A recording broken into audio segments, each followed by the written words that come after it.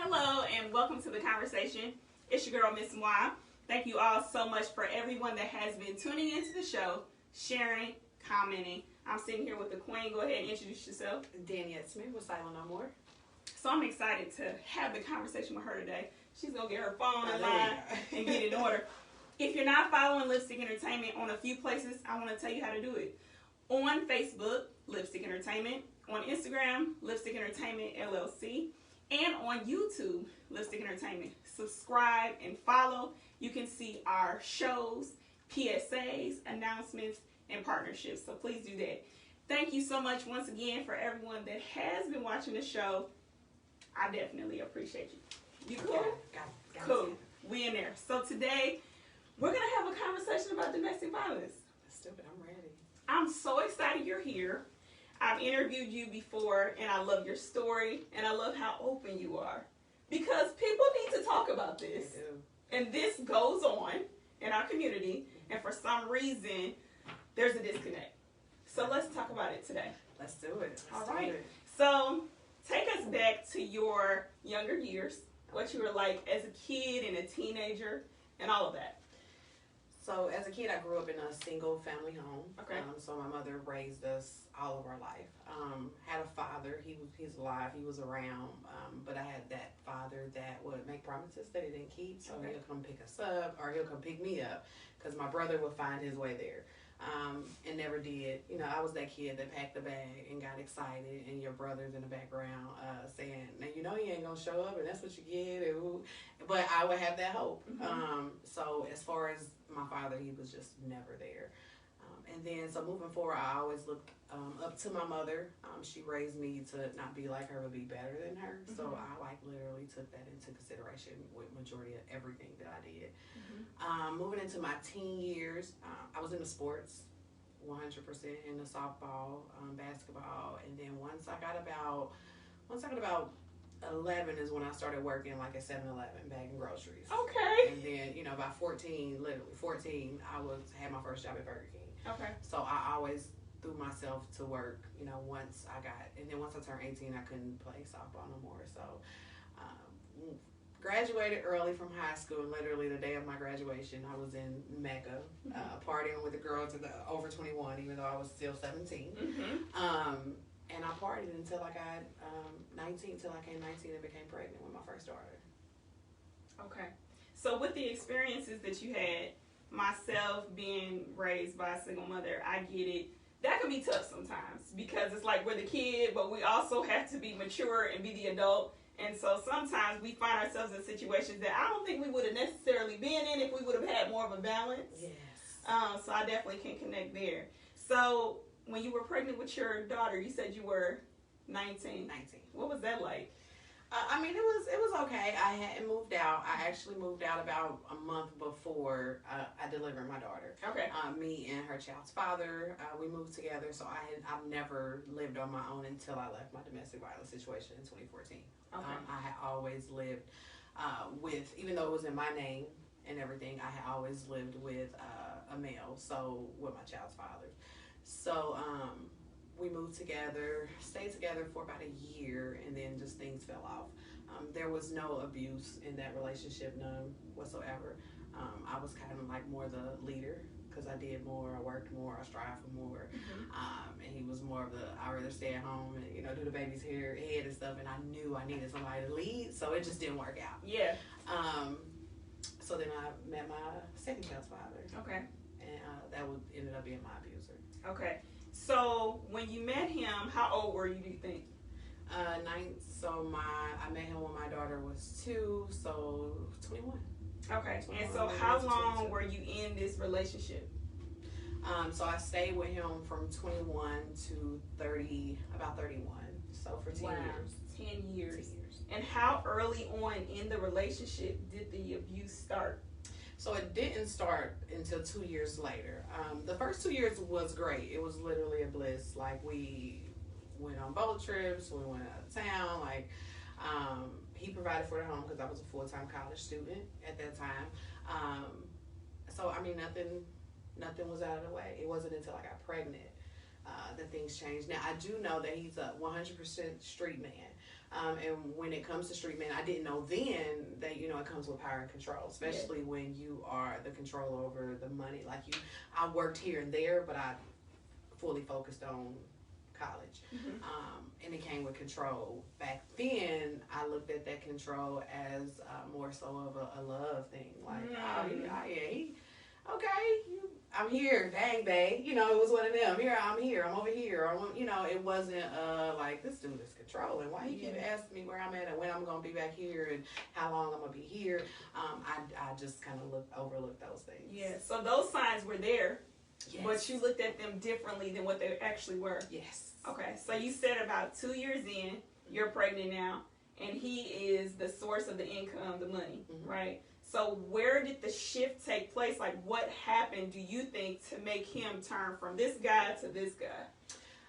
So one thing I can say is when it comes to other individuals, and it was never women, it was more so of men. His attitude, he can go from 0 to 1,000 like quick. Okay. And I used to witness that as well. Okay. But it was gambling. He was gambling, or he had gambled and he had lost some money. He had already had an attitude. Him and his cousin was at the house because actually my daughter was about 6 months when the first blow hit. I call it a blow.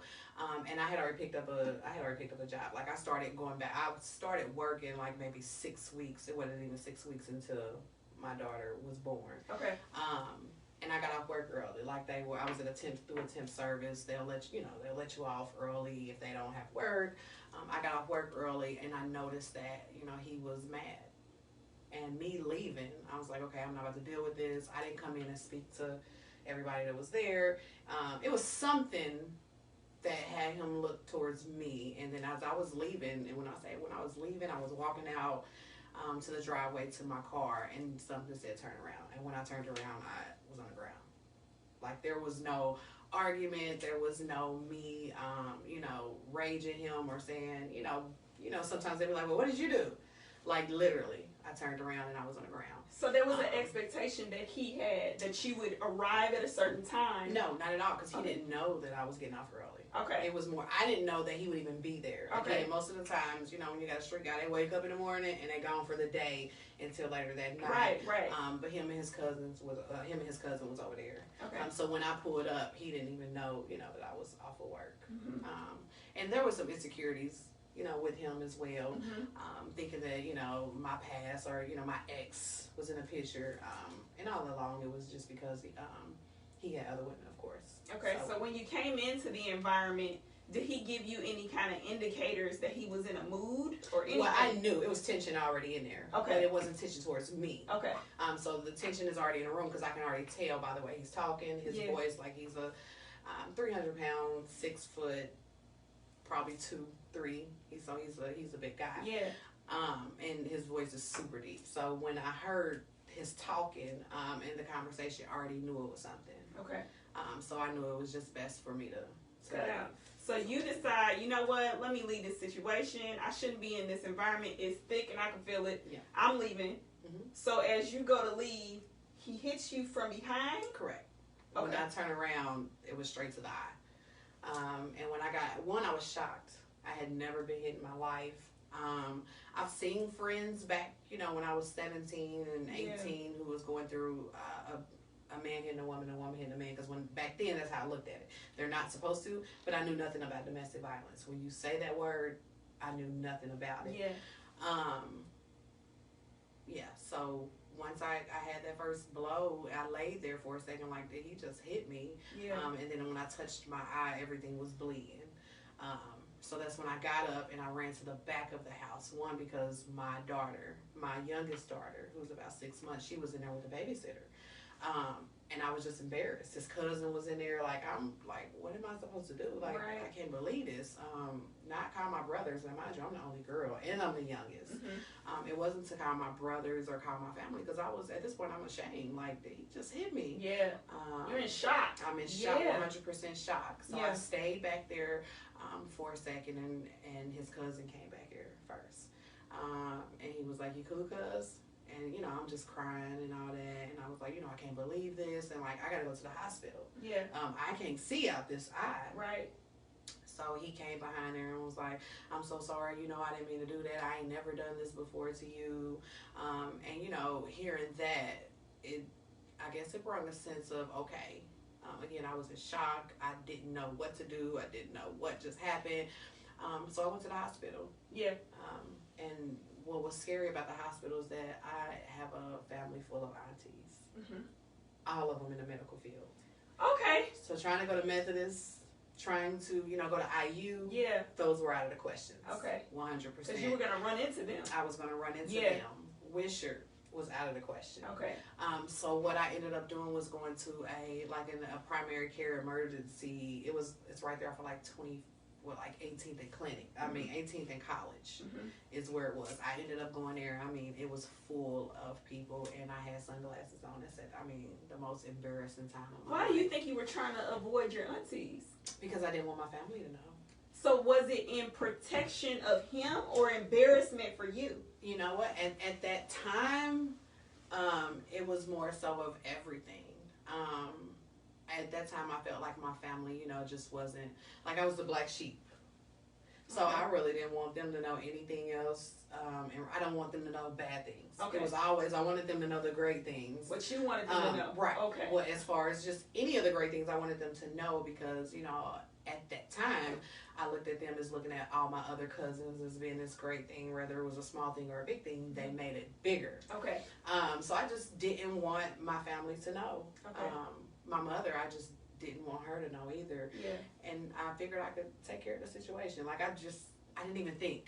I swear I wasn't thinking. I just didn't want them to know. I didn't want them to get involved. And I still loved him. Yeah. I still loved him. I didn't know what tomorrow was going to bring. Right. When you get to the hospital, what are they saying? So it's crazy because he didn't go with me. Okay. He stayed back and sent his cousin with me. And it's probably because, I mean, he is 41, so he's got some years over me. Okay. He got about 6 years over me. No, probably not even 6. He got about 5 years over me, so he's more than 41. And when they went and examined me, they asked me what happened.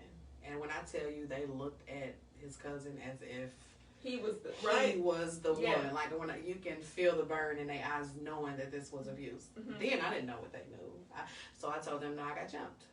Okay. I literally got jumped by a group of girls, and they had something in the stock, and they hit me with it. They took pictures of my eye. You know, told me to take some pain medication, and said that, you know, because everything will be okay. Well, my blood, the vessel in my eyes was busted. So of course the whole eye is red. Yeah. And then they sent me home. They asked me, well, you know, was it an abusive situation? I said no. They even looked at him and was like, "You sure this ain't abuse?" Yeah. Because he's in here with you, so it makes it worse. Yeah. Even if it was abuse and he did it, I wouldn't have said it because he's sitting right there next to me, and I didn't leave with him. Right. And then they just sent me on my way. So I hid. I went home. You know, I cried. And did everything, but I hid. Now, my mother is my best friend. Yeah. Like, we talk every day. Mm-hmm. I would go through there, but I hid for 2 weeks, but not in a way that she would be nervous. Okay. In a way that I'm still communicating on the phone. You won't know what's going on. Hey, mother. So you try to keep in contact, not totally disappear, but you hid yourself so she couldn't see you. Yes. Okay. And my oldest daughter was 4, so she wasn't at an age to where she could say, "Mommy's eye is black." She just, and I kept sunglasses on around her the entire time. So the baby, around my 4-year-old, because the baby's only 6 months. Okay, so it's not much that I got to worry about as her using her voice or saying anything that she didn't mean to say. But for my 4-year-old. Yeah, I kept sunglasses on, and I remember a time or two, and she was like, "Mommy, why you got those sunglasses on?" But I just brushed it off. Leaving the hospital, getting home, avoiding mom. Do you remember some of the thoughts that you were having at the time? Because this had never happened to you before. So what were you telling yourself to do, to think, to say? I was in denial. Okay. I was in denial. You know, he already told me, you know, I only did this because I love you. I don't remember like every single thing, but I was 100% in denial. Like, this did not just happen to me. Like, I cannot believe this at all. Yeah. And then my best friend, luckily, which is my youngest daughter's, his daughter's godmother lived right next door to me, like driveway to driveway. So when she came home from work, she seen it.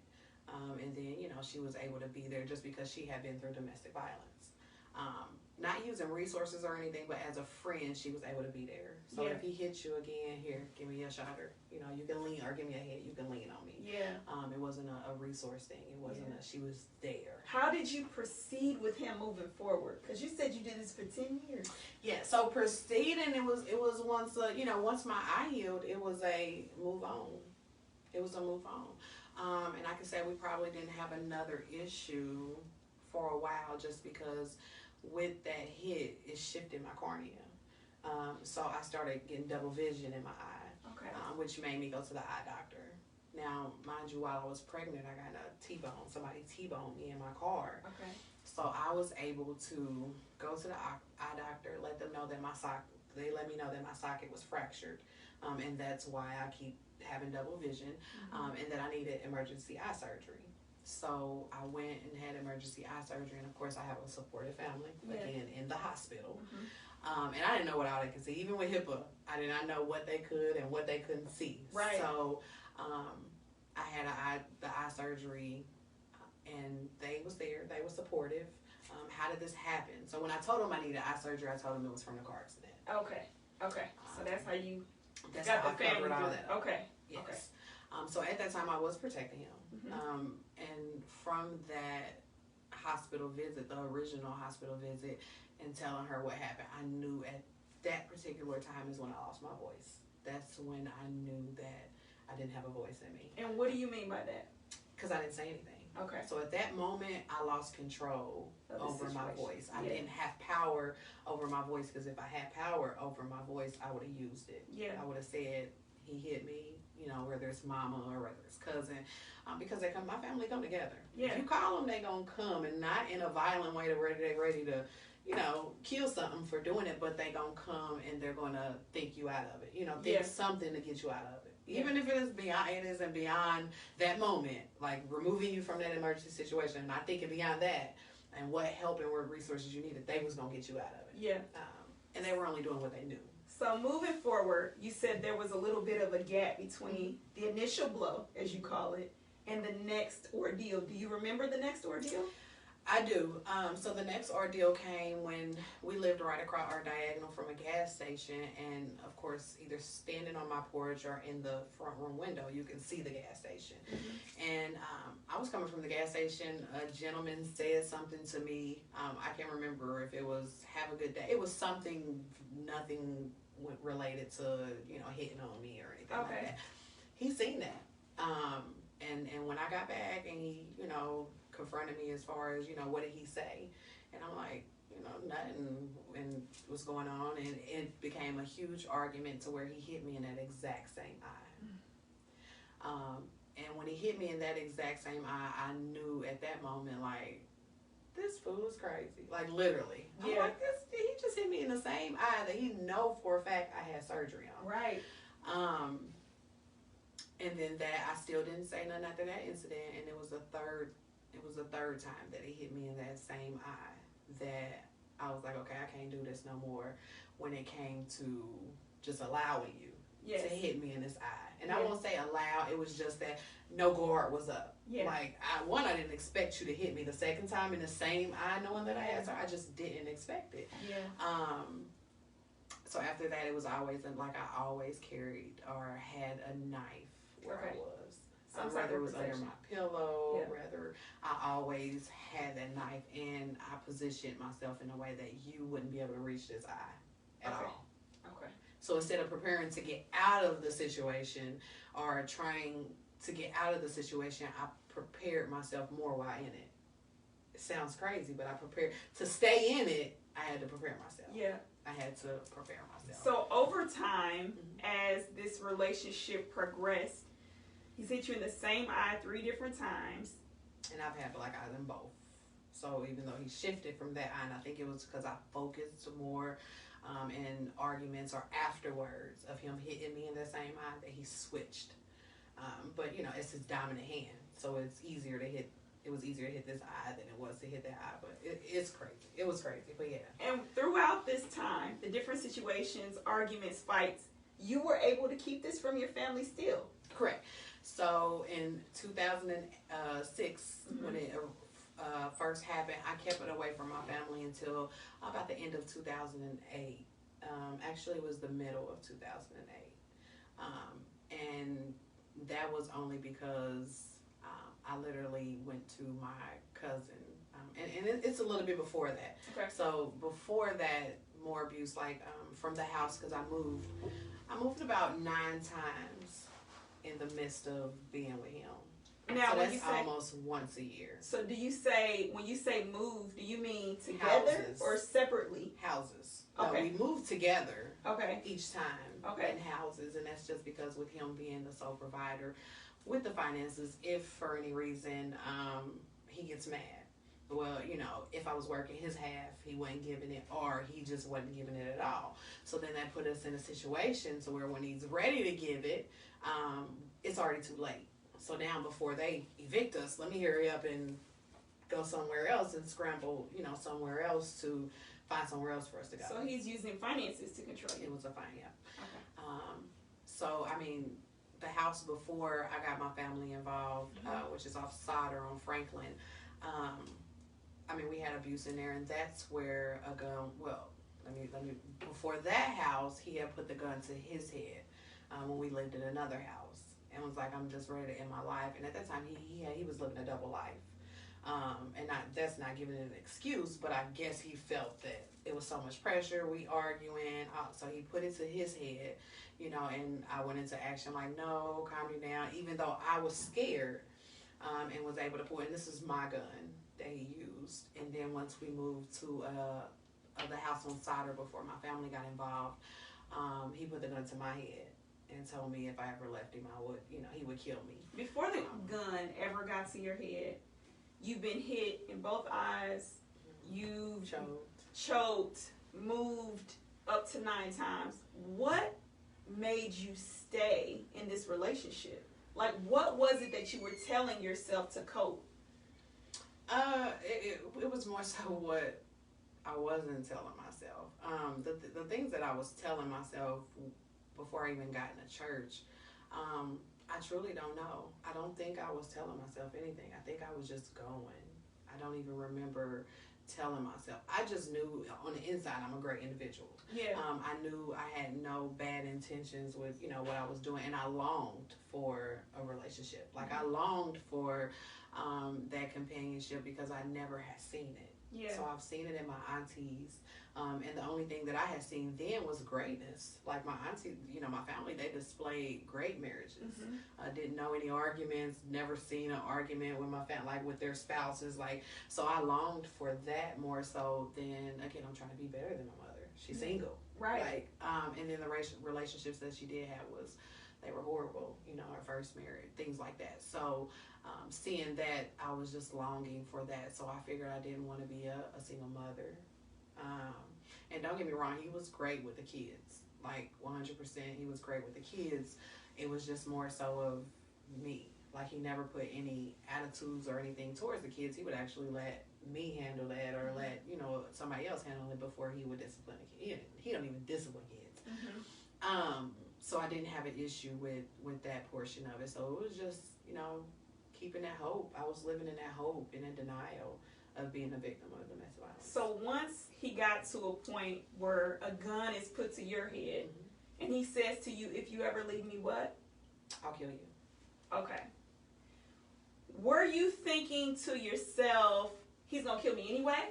Or what were you thinking? Like, what made your next movements happen? So that wasn't a gap from him putting it to his head to putting it to my head. It wasn't a huge gap, because we literally moved from one house to another. When he did it to his head, it brought a red flag. I think I've always had that human service side in me.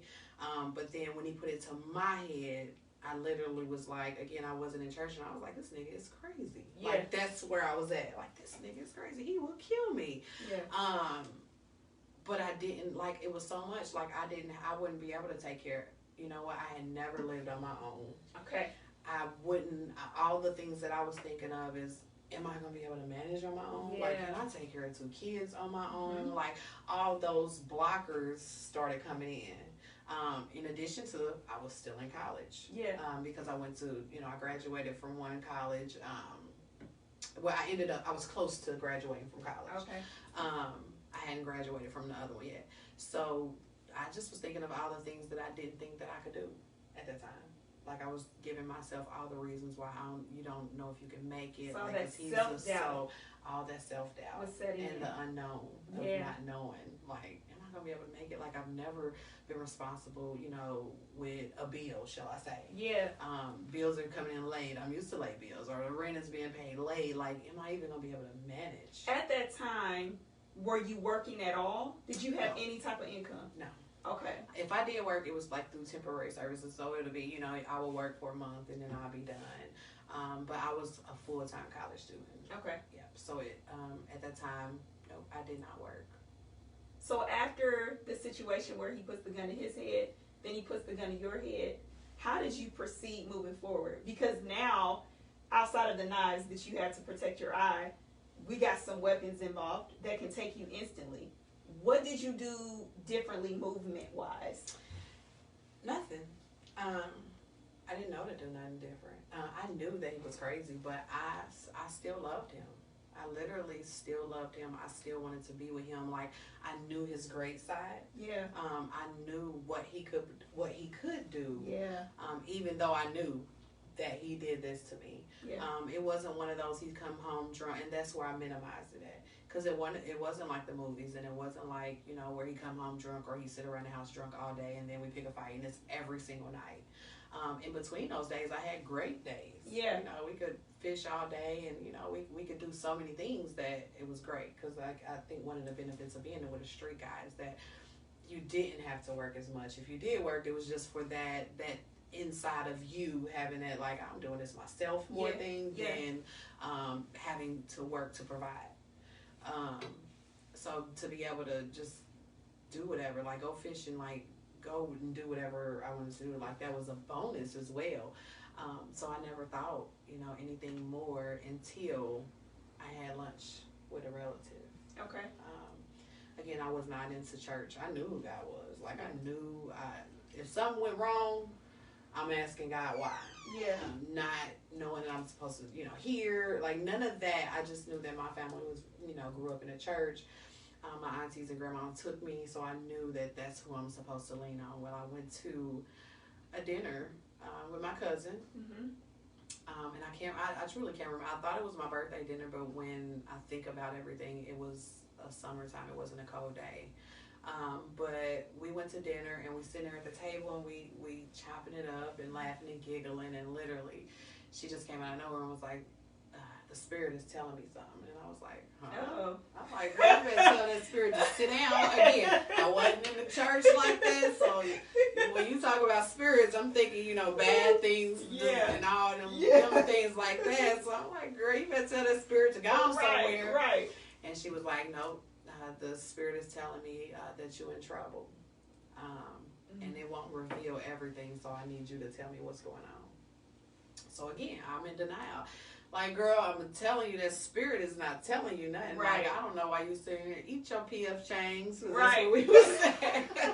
Okay. Look, and I'm goofy. I love to laugh. So she was like, no, Danyette, I'm dead serious. And at that exact moment, I just busted out crying. Like, it was a out-of-body experience, because I just literally just busted out crying. And she was like, take your time. And then I just told her, what I had been through leading up to that point. And, she hugged me and, told me, okay, I get back with you on it. And then I can't tell you how I felt like going home. I can't remember how I felt going home or anything, but all I knew was the next day, this was a Friday. Sunday, she had set a meeting up with my family. And again, all the women. And we went over to my auntie's house and pretty much discussed exactly what I told her. And there were some things, they didn't have everything. Okay. Like, they didn't have the gun part of it.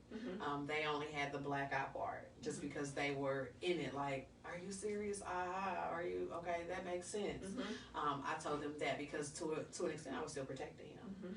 So I didn't want to give him all of it because I don't want you to think he's a bad person. Like, this is my child's father. Yeah. But I need help. So that Sunday we met, we cried, all of that, and came up with a plan. And that plan was that Monday for me to go to school. And then my best friend at the time, she went to school. We was in the exact same class.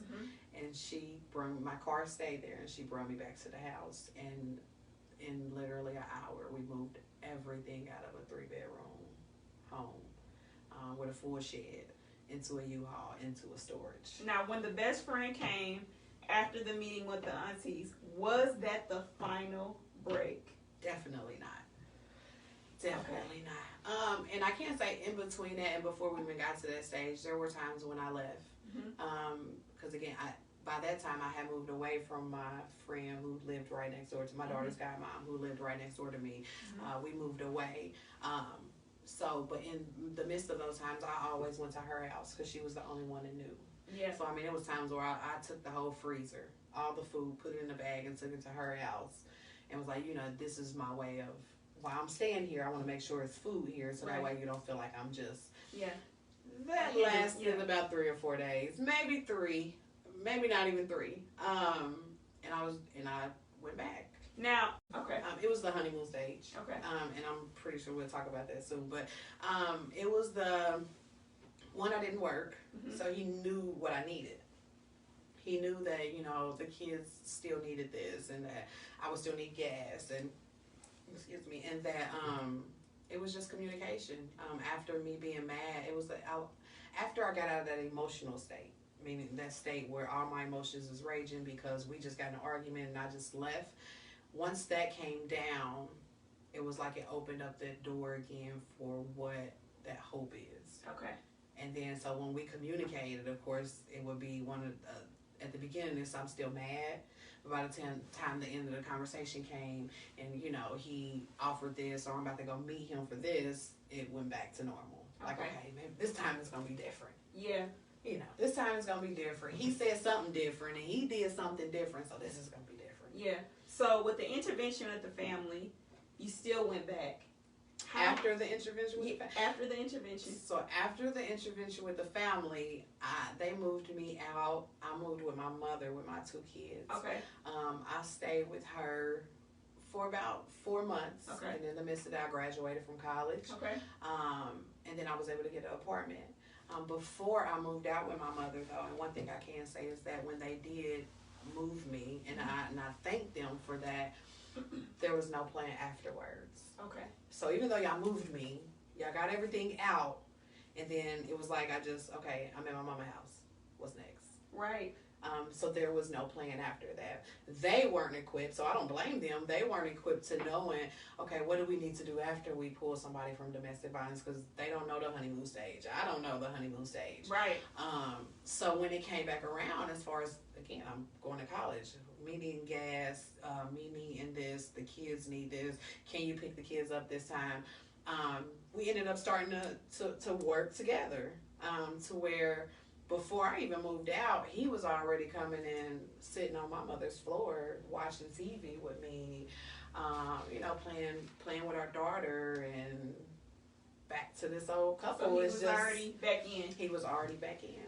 And then, my mother hated it at the beginning, but, I can say that my mother, she would love in front of the individual. So when he was there, he knew that she didn't hate him. But of course, when he was away, we would have our conversation as far as, Danielle, why are you doing this? You remember what you went through, and she would try to do what she could to remind me. But that love was powerful. Yeah, it's powerful. Yeah. So you're in your own space. How did you end up back with him? I know he's visiting at mom's and... Oh, yeah. So he's visiting at mom's. I got my approval while living with my mama to go live in my apartment, and he paid, the deposit. So when I moved out, he was moving in. Like, we were all moving back together. Okay. So we, leaving my mother's house into that apartment, we moved back together. Okay. So that's how he came back into the picture, and then he was there. So how long after that was the next incident? Do you remember? So after that he knew that my family knew, so it was different. Okay. It was more so of emotional and financial abuse. Okay. It wasn't physical. And if it was physical, it was one of those grab me by the neck but don't choke me type things, just to give that control. And I may have, I would have scratches, and the only reason why I remember that is from being in church with those scratches on. And when my family did, or when my cousin did talk to me that day before we met with the family, that's when she introduced me to Living Water and Pastor Kim, where I go now. Okay. So that's how I got in with them, and then I started kind of going to church. But it was mainly that emotional abuse. No one will ever love you. Your family don't care, because if they cared you, we wouldn't be together right now. So it was more so of him starting to point out the outside, more so than the inside. Which had me down. Your brothers wouldn't care. You got 2 other brothers, and they ain't did nothing to me, so they ain't gonna do nothing. They don't care. You ain't got nobody. It's only me. So then you get to thinking, even though I knew to an extent my abilities and my powers and who I was, because everything that I did I excelled at, it was still more so looking in the mirror and dang, is he telling the truth? So he's manipulating. Yes. Like a mug. It was dang, is he telling the truth? I mean, right. I don't know, and I started to believe some of those things. So what was the final straw? So the final straw was February 6th of 2014. I was at work. And at this time, I had lost the job that I had, because I started to fully, once I graduated, I started to work. I had lost one of the jobs that I had been at for about 1.5 years, and my friend came along. And he was like, hey, I got a job. I need you to run he had 2 businesses. I need you to run my businesses for me. And I'm like, okay, cool. Well, of course, that triggered him, because we talking about men. I literally was around men all day. Okay. And at that time, he just didn't like it. And he texted me one day on February 6th, and I didn't text back, because we were just busy. And I didn't text back right then and there. And he literally, all I seen when I looked down at my text message was, I'm on my way to kill you. So again, it's one of them days this nigga's sure. Boy, I'm doing this. Yeah. I text back, I'm doing this, and I'm going to call you right back. But he didn't reply, and I just happened to look up and see. And I did tell my friend, because one thing I can say is, shout out to Anthony, he knew. He didn't know in detail what I had went through, but he knew what I was going through. He knew that he was crazy. Me and him, even business-wise, because we had never did anything or mixed anything. If me and him were talking, he would say something slick, or, catch the text messaging if we, text messaging or anything. And so Anthony knew he was not all there. Crazy. Yeah. Yeah. So he knew, and I had told him, this. He said he on his way, even though I was like, oh, this is just he's just telling a story. Well, lo and behold, I happened to look up, because the desk where how I'm sitting, I could see who pulls up, and that white car pulled up, and he got out that car and popped that trunk. Well, my initial instincts was to jump up and go lock the door. This is the car lot. So I jumped up and ran and locked the door.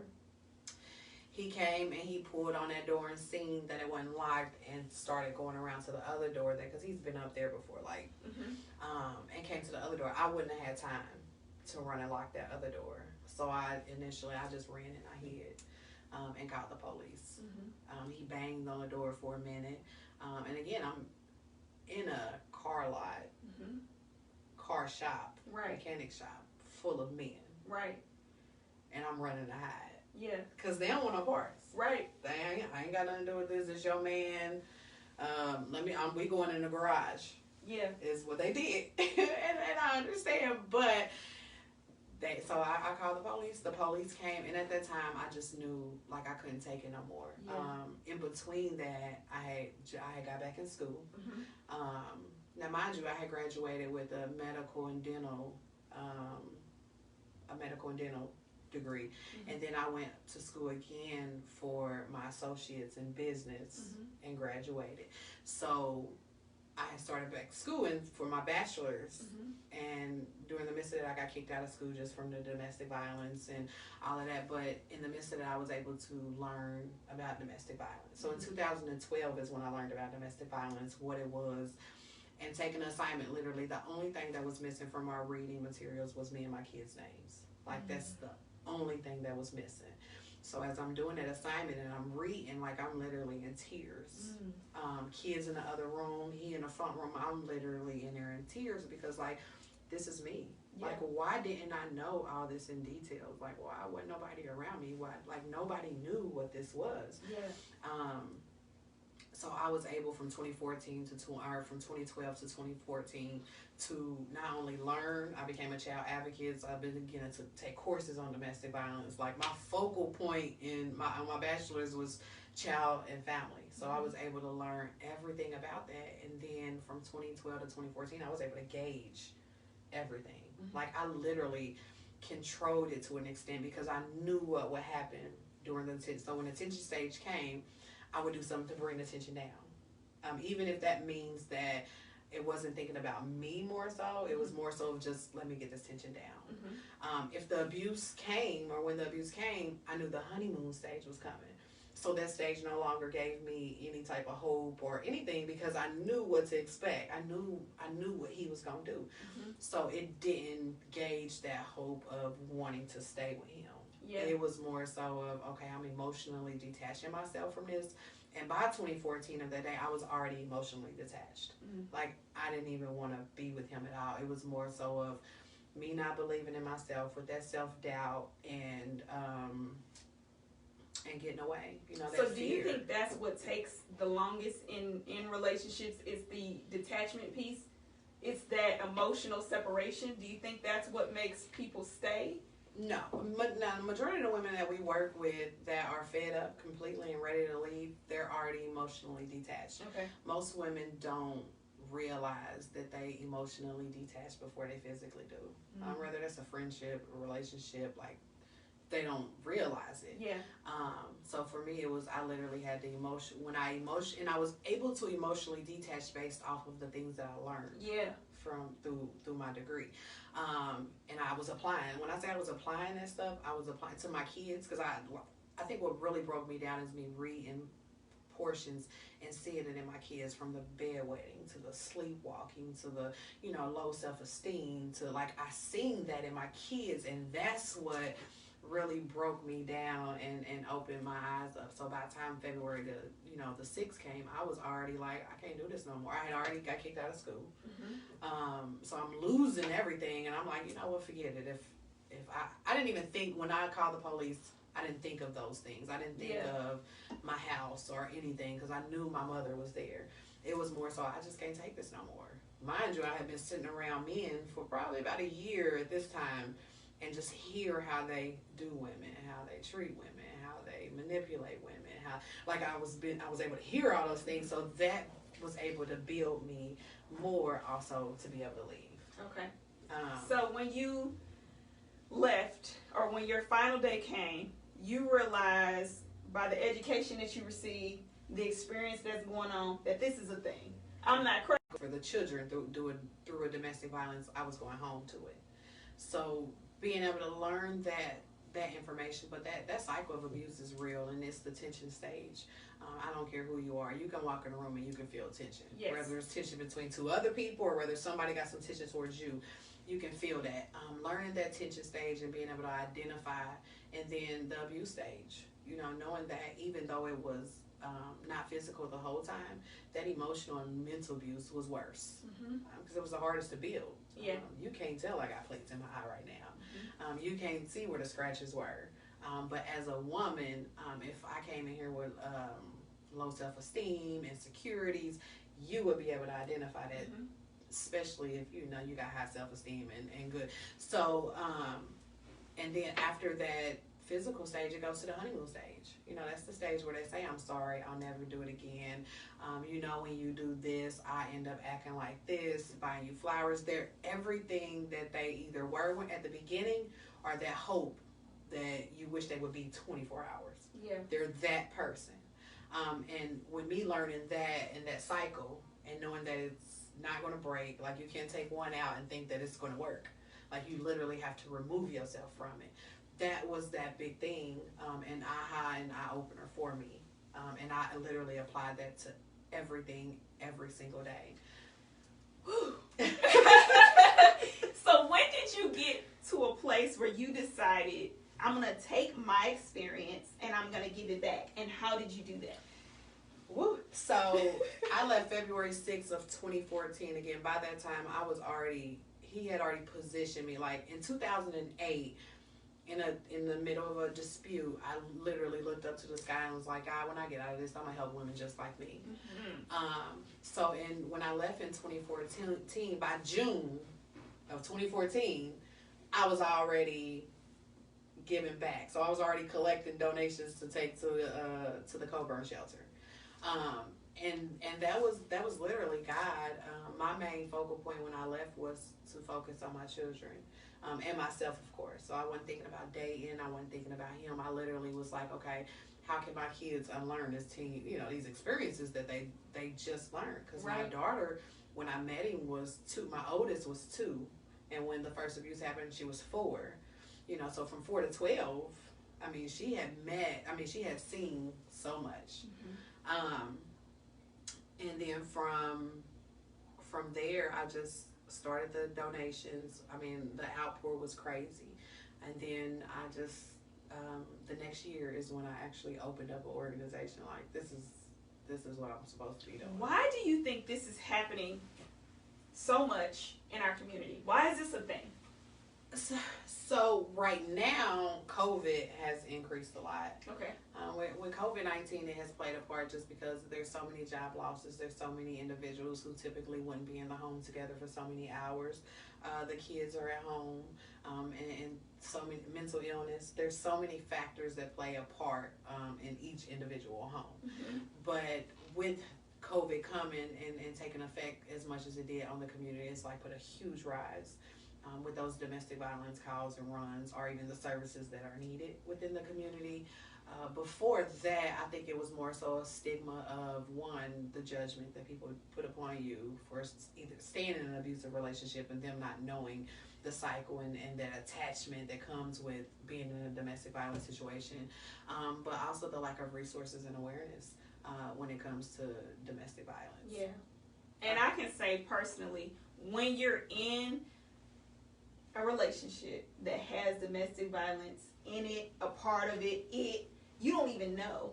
No. You just think, oh, he just in his feelings, he mad, whatever, it's over with. Or it's normal. Like, oh, you hit me, I'm hitting you back, we fighting. Because a lot of them, they fight each other, but it initiated from that first punch of, and I'll just speak for me and as a woman, from him hitting her. So when she feels like she has to fight back, then it's no longer domestic violence. It's just y'all two fighting. Yeah.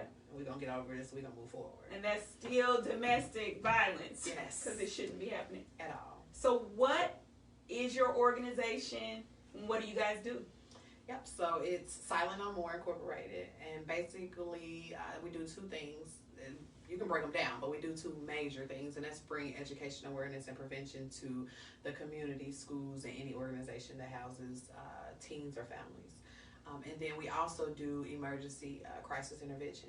So when there is a individual who is fleeing from domestic violence, whether that's through a police call or whether it's through you just ran from your home and you're using a phone, we're able to guide them, whether it's to the shelter or to emergency shelter placement that we'll provide for them for up to a month. What is something that you would say to someone who is experiencing domestic violence now? So I would say that I understand 100% what you're going through, and there are resources out here. I am very raw and transparent when it comes to not only my testimony, but what could take place while you stay, as well as what can take place when you get out. I am a living testimony that I can say I've jumped, even within these years, from almost a $40,000 increase just by detaching myself from that abuse. And that's just me saying that once you get out of it, everything goes up. Like, your life goes up, your self-esteem goes up, because it's hard. Like, it is. The hardest thing for me was to build myself back as a woman. 100%. Yeah. So I would say, give us a call. Give us a call. I promise. If we don't provide it, you're going to get it provided for you by another organization before we're done with you. I'm just elated and so happy that you are this open and willing to share it and give it to the world, your story, because I feel like a lot of women experience this. Mm-hmm. Oh, a lot of women. And they just don't speak. Mm-hmm. Yeah, they don't speak, or they brush it under the rugs, or, you know, their friends. And again, like I said, my friend came alongside of me and allowed me to be that shoulder. That shoulder is 100% great, but if all you can do is give a shoulder, then you're not doing enough. Mm-hmm. Like, whether that's you calling us and saying, hey, I have this friend, and then us pouring into you what's needed to give to them, or us three-waying, us meeting at the park. You know, when she comes or they come to your house, you know, I pop up over there and we have this sit down and explain it to them. Some way, somehow, we have to bridge that gap between friends, family, community, and the victim. Yeah. Another thing, that self-doubt is going to get you nowhere. The fear of the unknown, it's a fear, but you can make it. If you can make it through that, you can make it on your own. Yeah. And you don't know what you can do with the unknown until you do it. Right. 100%. So even, I mean, no matter what you've been through, there's always a story connected to it. So just reach out, let us know, you know, what you're going through, and then from there, allow us to guide you. I promise, if you call us and you sugarcoat it just a little bit, just to get, I promise I'm going to get it out of you. I promise I will. But it's going to be with help. It's going to be with love. And it's going to be with understanding. How do people find and follow you? If they need to get in contact, they need to talk, where do they go? So they can go to Facebook or Instagram. For my page, it's Danyette Smith. Our business page, Silent No More INC. And that's just with silent with a T, no more INC. And then our website is www.silentnomoreinc.org. Or you can email us at info@silentnomoreinc.org. Or our telephone number, 317-728-6733. Thank you so much for sharing your story. Thank you. I was in the moment, honey. I was like, and then what? But then what had happened with them? And we just kind of threw it all in there because it was still more. Like, yeah. I got a whole lot more. But again, you know. Well, thank you for giving it to me. You are so I'm honored. Anytime. I'm honored. And so I can't wait to see you again when you have events and everything. Yes. Lipstick has got to come on. And definitely. You know, that's one of our causes. I look at that. We're looking to support you for sure. Okay. Thank you all so much for watching, for tuning in. We'll see you next time. Bye. See you later. That was so fun.